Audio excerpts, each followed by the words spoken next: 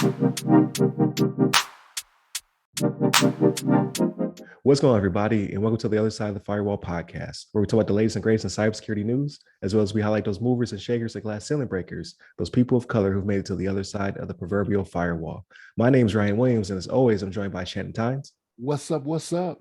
and LeVon Maynard. Hey, welcome to the show. What is going on? So, welcome to the weekly discussion. So, it should be Wednesday's episode. If you've been listening all week, Monday and Tuesday were our topics. Monday, we discussed some Five Eyes information organizations around the world that do intelligence, sharing their list of offenders and who is out there doing malware as a service and their techniques, tactics, procedures, and all that good stuff. Tuesday, we discussed the FBI's warning to the farming industry and how they're within the sights of ransomware gangs and what they should do to mitigate their risks. And then today, we have a discussion that comes from CNBC.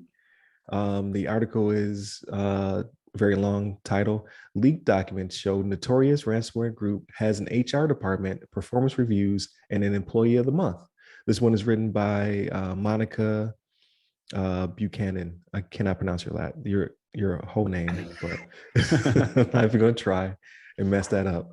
But I thought this one was pretty interesting. This is a last minute audible, right? Like whoever did the run of show, me, had an outdated article. So this one was more up to date. But I thought it was it's hilarious and deeply serious as well about how organized ransomware gangs are. So I definitely want to bring this one up and get the fella's opinion on this article. So basically, it's one of the world's most prolific ransomware groups out of Russia, of course, was identified by the FBI in 2021. They did a lot of cyber espionage, ransomware, all that other stuff.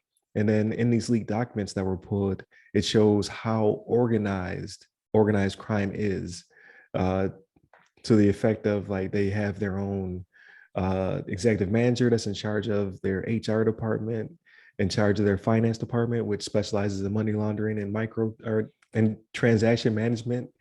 They're paying their employees in Bitcoin. They're getting salary pay. They have benefits out here, and just all of the other structures that are underneath it. Last year, I remember us talking about how there was a hacker court, right? Like out there in the dark webs, there's an actual court that hackers can take other hackers to settle their disputes. And now we're seeing that the bigger ransomware gangs are very organized to the point of like it looks like a regular ordinary company, maybe even better in some regards. But I want to get you guys' opinion on this before I get too deep in the rabbit hole. What do you think about this? That's all good. Yeah, it's definitely like it's super interesting. I mean, for them to be so organized and have their own like company structure is something to see. It kind of makes you think, I don't know, if they have these employees, quote unquote employees that are hackers, and I don't know. I was thinking to make it maybe a scenario where one of the employees decides, you know what, I'm gonna try to hack my boss or something like that, or like try to hack something in my company because I think it's like, you know, something cool to do, or something, maybe a chance for me to get some money out of it. And also like there'd be some sort of like internal struggle where you know the team is trying to prevent their own workforce from hacking their own systems, because they but it's kind of clever too. I mean, these these hackers are starting to get more organized and more like structured, to be able to impose their will on unsuspecting folks. But it's kind of, you know, it's interesting. It's also kind of scary at the same time that the hackers are so well organized that, you know, you never know how many organizations are out there like that are just like this, that are very structured, and especially if they're like state sponsored organizations. I mean, they might be even more structured than you even realize. Like if it's, you know, let's give out an example, like, you know, maybe the president of Russia was, you know, has his own like organization that is structured just like this to hack, you know, hack the U.S. government. And I'm pretty sure something like that is in existence. So it's just goes to show you that, you know, you never know what kind of groups are out there. You never know how organized they are, but they will do everything in their power to get what they want, whether it's money or whether it's to destroy some sort of infrastructure, to affect somebody's life or something like that. They will take any steps they need to make that happen. But Shannon, what you think about this one? So there's a couple of things that kind of like, one of them comes out kind of funny to me. So like if you ever seen Live Free or Die Hard, right? The Bruce Willis one. So that's the one where Kevin Smith was the hacker that was in the basement. You remember that? The Silent Bob guy.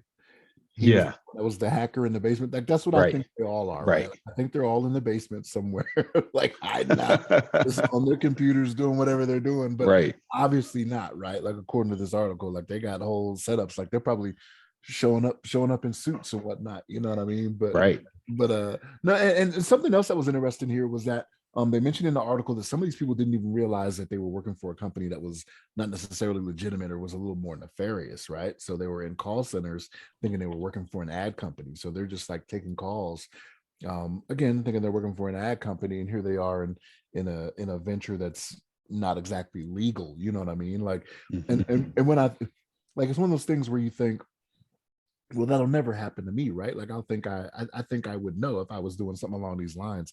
Like obviously not, right? Like so they're hiring people. They were able to hire someone not knowing fully what they were actually doing, just saying, hey, no, just sit down here, read the script. If they say this, do this. If they do this, do this. You know what I mean? But yeah, like call center fraud, you know what I mean? That's one of those things where it's on the rise, right? And that's what they were getting these people for. So yeah, this is interesting. Like I don't like even the employee of the month things, like, and if I remember this correctly, like I think they offered them like half their salary or something if they got employee of the month or something like that. I think I saw it said, yeah, an employee of the month who earns a bonus equal to half their salary. What? I don't know. Maybe maybe I do want to get into this. No, I'm joking. I don't really want to get into this. But like, yeah, that's just insane to me that like they're this. But here's the thing: maybe they needed to be, right. So like maybe it used to be all like how I thought it was with the Kevin Smiths in the basement, right? And so they had to come up with something different to make people want to stick to the game, you know what I mean, or make it worth their time, you know. And so this is what they came up with. Like, no, we could run it like a legitimate business, right? So hackers want job satisfaction as well, right? They want to feel pride in what they do. So yeah, this is interesting. This is I don't know. So like this is one of our better discussions, I think, Ryan. Actually, to be honest with you. Right. Yeah. This But one what was you- this one was on the fly, right?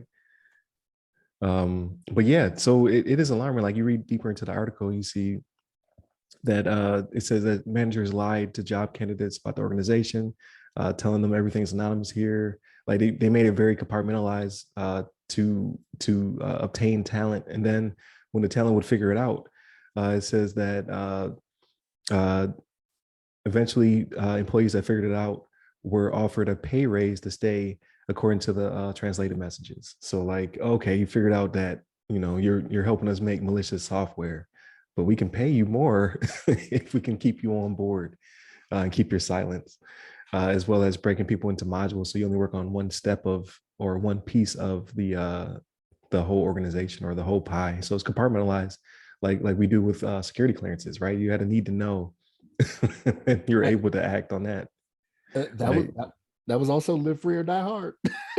Right. Remember, they were building different parts to the Right. to the thing for the fire sale. So yeah, it's actually pretty remarkable. Like we laugh about it now, but I'm sure a lot of people were upset when they found out they were doing something that was nefarious, if they even figured it out. Like uh I remember at one point it said that they had Russian headhunters, because I think this is we mentioned at the beginning, this was a Russian hacking group that was identified back in 2021. But they legitimate headhunters, like paying to find talent, to acquire talent and skills, and then during the onboarding process, like all that stuff was legitimate companies working for this non-legitimate company, and you wouldn't know any better, right? As long as they talk the talk and they were paying on time, You wouldn't think anything of it. Like, that's weird. They primarily want to pay us in Bitcoin.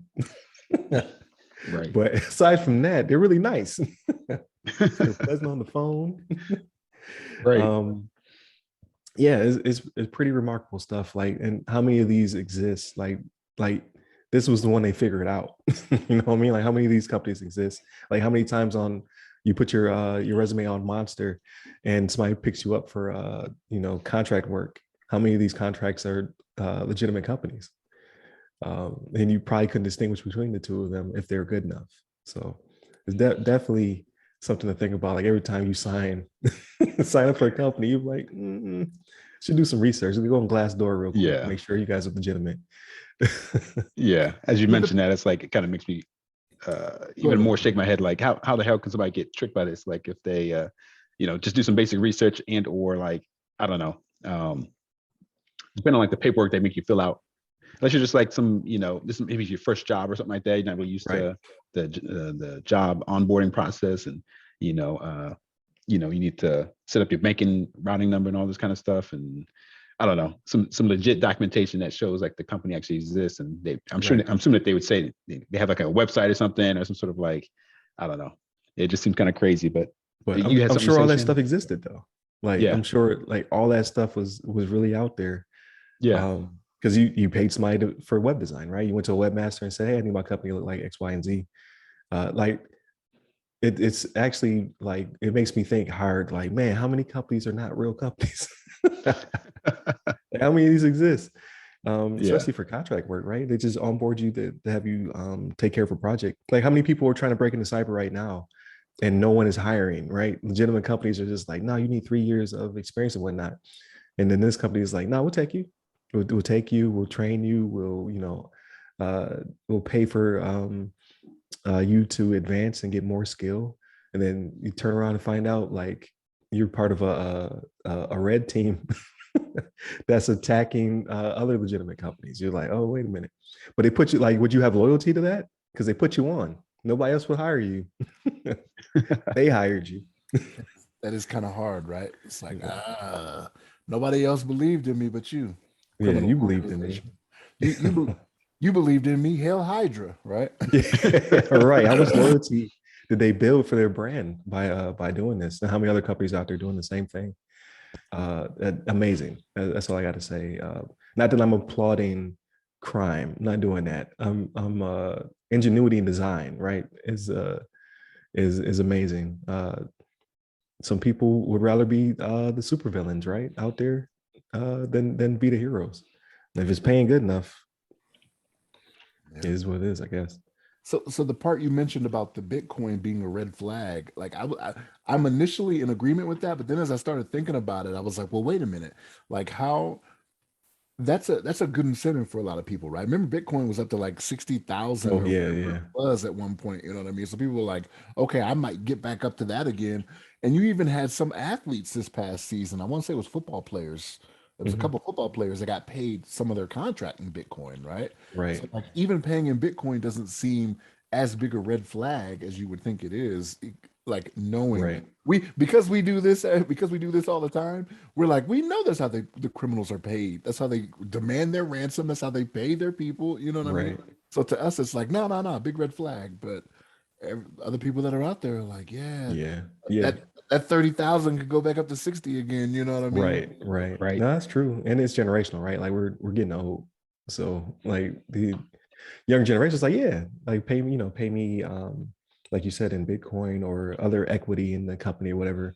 Um, like, I'd rather do that because, like you said, like right now it's a fire sale. At some point, it's going to go back up, and then you get your money, or you don't. Like in this case, like what happens with the feds figure it out.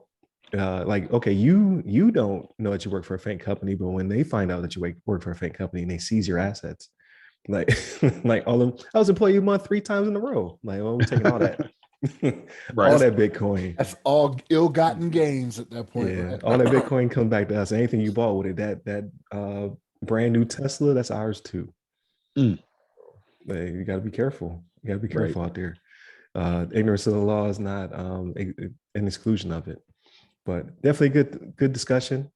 Appreciate you guys hopping on the podcast. Continue to like, share, subscribe, all that good stuff. Hit up all of our socials. And then you can hit me up personally. I'm at RYRY Security Guy. That's RYRY Security Guy on LinkedIn, Twitter, Clubhouse, and TikTok. And you, LeVon? Yes, sir. You can hit me up on the Twitters at LeVon Maynard. There it is. Stay safe, stay secure. Take care.